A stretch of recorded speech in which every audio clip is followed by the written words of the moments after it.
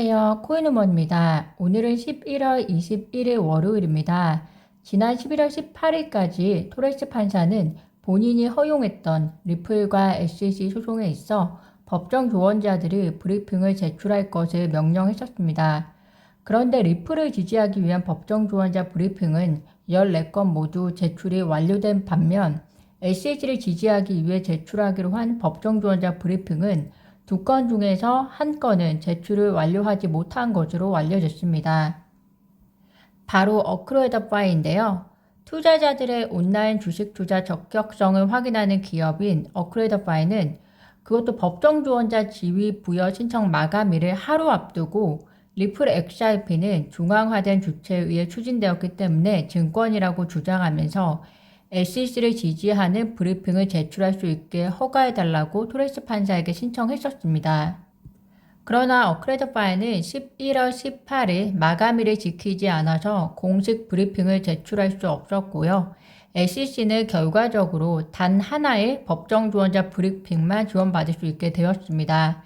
SEC 입장에서는 브리핑이 제출이 되건 아니건 일단 한 개라도 숫자를 채우기 위한 것에서 어크레더파이를 설득했던 것인지 아닌지는 알 수 없지만 일단 마감 기한조차 지키지 못한 기업이 무슨 법을 논할 수 있을까라는 생각이 듭니다.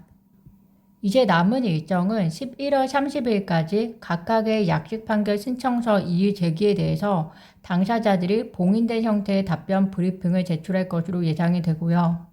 12월 5일에는 이의 제기에 대한 답변 브리핑이 일부 공개될 예정입니다.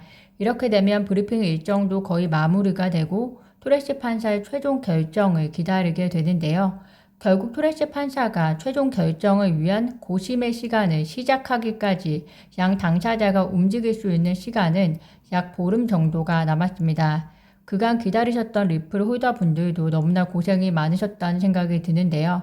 이 끝이 아닐 수도 있으나 더 나은 길을 가기 위한 첫 번째 도착지를 위한 것이라는 생각은 분명하다는 생각이 듭니다. 이 와중에 방금 전 비탈릭 이더리움 창시자가 자신의 트위터를 통해 곧 중요한 일이 일어날 것이다 라는 소문을 들었다고 말했는데요. 이어 그는 이러한 사실을 미리 알고 있는 내 엘리트 인맥들은 나를 쿨하게 만들어준다. 이러한 나의 쿨한 이미지가 입증될 수 있도록 도와달라고 덧붙였습니다. 어떠한 구체적인 내용도 없이 다만 이런 짧은 내용을 트윗으로 남김으로 인해서 긍정적이든 부정적이든 상상의 회로를 돌리게 하는데요. 그것이 FTX 파산으로 인한 더 큰 투자 기관들의 폭풍에 대한 것일 수도 있고 미국 내 사회에서 정경 유착에 대한 어마어마한 일일 수도 있을 것이고 이더리움 관련 소송이거나 혹은 암호화폐 관할권일 수도 있고요. 리플의 소송 조기 종료나 아니면 FTX 인수와 관련된 일일 수도 있을 것 같습니다. 여러 가지 시나리오가 있을 수 있겠지만 가장 중요한 것은 어느 상황에서도 투자자분들께서 침착함을 잃지 말아야 한다는 것일 텐데요.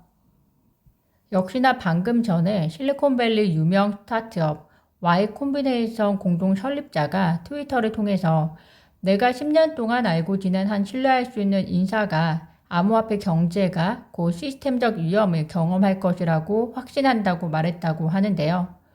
불확실성이 만연하는 것은 투자 환경을 가장 지향하고자 하는 일인데요. 이런 언급들 역시 투자자분들에게 불확실성에 대한 공포감을 조성하고 있다고 생각합니다. 한 인사가 암호화폐가 시스템적인 붕괴를 맞이할 것이라고 했다고 하는데요. 저는 세계 2위에서 3위 거래소가 붕괴되었는데 당연히 어느 정도 시스템적인 붕괴는 필연적이라고 생각을 합니다. 다만 사실 암호화폐 투자 환경에서 시스템이라고 할 만한 것이 있을까라는 생각이 들기도 하는데요. 왜냐하면 명확한 규정 안에 시스템도 생기는 것인데 FTX 사태를 보면 그냥 입맛대로 운영된 시스템이라고 할 수 없을 것 같다는 생각이 듭니다. 그럼에도 불구하고 시스템이 붕괴된다고 얘기한다면 투자자 입장에서는 무엇이 가장 중요한 것일까라고 생각해 볼 수밖에 없을 텐데요. 구독자분들께서도 더 잘 아시다시피 새로운 규정과 그리고 시스템이 생기면 그 안에서 괄목한 성장을 가져가는 것은 분명 뛰어난 기술력과 그리고 응용력 그리고 유용성을 가진 블록체인과 그와 관련된 암호화폐일 것이다 라는 생각이 듭니다. 그런 면에서 젊은 버핏으로 불리는 헤지펀드 업계 거물 빌 엘크먼 CEO가 트위터를 통해서 이야기한 것이 의미가 있는데요. 암호화폐는 스캠 등 사기 범죄 위험이 있지만 합리적인 규제나 감독 하에서는 전화나 인터넷에 비견할 만큼 사회에 유익한 영향을 끼칠 수 있다. 적절한 감독과 규제 아래 암호화폐는 세계 경제를 성장시킬 수 있는 잠재력이 있다고 생각한다라고 밝혔습니다. 투자자로서는 저는 투기로서의 암호화폐가 아니라 유용한 비즈니스를 가능하게 하는 암호화폐에 대한 투자에 집중하는 것이 중요하고, 기관과 정부는 그런 투자자가 안심하고 건강한 투자를 할 수 있도록 환경을 만들어주는 게 모두 중요할 것 같은데요. 특히나 지금 상황에서는 전통 투자기관이나 정부의 역할이 매우 중요할 것 같습니다. 비탈릭 이더리움 창시자가 최근 한 인터뷰에서 블록체인과 암호화폐는 긴밀하게 연결되어 있다. 둘 중에 하나라도 부족해서는 완전해질 수 없다. 따라서 두 분야를 별개의 기술로 취급해서는 안 된다라고 말했다고 하는데요. 흔히 정부나 기관이 블록체인은 미래의 대단한 것이고 암호화폐는 투기라고 가정 지을 때가 많습니다. 그래서 이와 관련된 규정이 명확하지 않은 것도 사실인데요. 그렇지만 아무리 대단한 블록체인도 활용하지 않고 그대로 두면 그냥 나는 잘난 아이다 라고 뽐내고만 있는 거라고 생각이 된다면, 그 생태계 안에서 암호화폐가 열심히 움직여야 그 잘남도 극대화되어서 가치를 전파시킬 수 있다라고 생각이 됩니다. 그렇기 때문에 블록체인과 암호화폐에 대한 제대로 된 이해와 그리고 이를 바탕으로 제대로 된 규정과 환경이 필요한 때인 것 같고, 그 역할을 정부가 해야 될 일이라고 생각이 드는데요.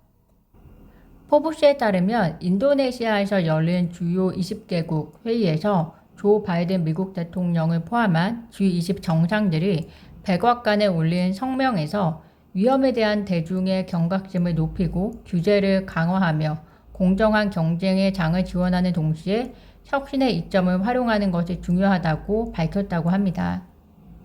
중요한 이야기는 다 가져다 쓴 것 같은 느낌인데요. 최근 몇 년 동안 이 내용을 모르고 있는 사람이 있었을까라는 생각이 듭니다. 실질적으로 이제는 이를 위해 움직이는 것이 더 필요한 시기라고 생각이 드는데요. 그러기 위해서는 이 분야 전문가와 그리고 실무자들의 경험이 필요할 텐데, 미국 사회가 지금 이들의 이야기를 얼마만큼 경청할 준비가 되어 있는지 잘 모르겠습니다. 고작 그들은 FTX와만 집중해서 미팅을 진행했었는데요. 연준조차 SEC와 동일하게 지난 2월에 FTX와 미팅을 진행한 것으로 드러난 가운데 부조리의 끝은 어디까지인지 참 안타까운 현실인 것 같습니다. 오늘 제가 준비한 영상은 여기까지입니다. 오늘도 영상 시청 진심으로 감사드리고요. 구독과 좋아요, 알림 설정은 코인 우먼에게 큰 힘이 됩니다. 감사합니다.